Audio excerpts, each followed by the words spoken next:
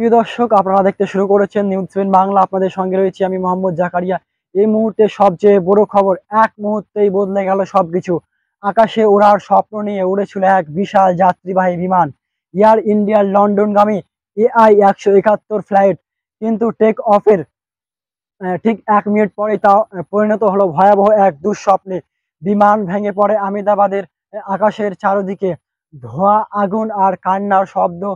গুজরাটের আহমেদাবাদের চারদিকে এত প্রযুক্তি, এত নিরাপত্তা, তবুও কিভাবে ঘটলো এমন ভয়াবহ দুর্ঘটনা? 142 জন যাত্রী নিয়ে শুরু হওয়া এই বিশাল এই বিমানের যাত্রা শেষ হলো মৃত্যু মিছিলে কি? দেখুন এই নিউজ বাংলার এই বিশেষ প্রতিবেদনে। এ শুধু একটি বিমান দুর্ঘটনা নয়, এক আতঙ্ক, এক প্রশ্ন আর এক অপূরণীয় একটি ক্ষতি।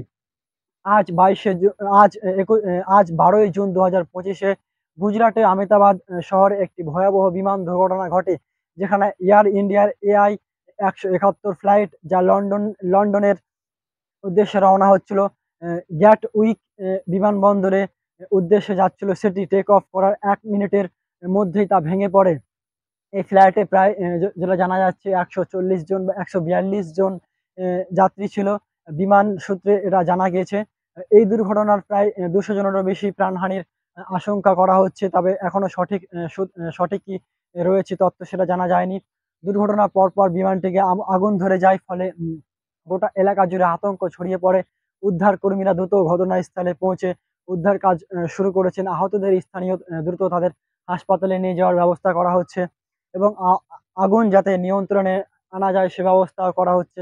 সরকারি কর্মকর্তারা ইতিমধ্যে এই ঘটনাস্থান পরিদর্শন করছেন এবং তদন্তের নির্দেশ দিয়েছেন। যে দুর্ঘটনার কারণ এখনো যদিও নিশ্চিত নয়, তবে জানা গেছে বিমানটি মাত্র 625 ফুট উচ্চতায় পৌঁছেছিল, যা সংকেত হারিয়ে ফেলে।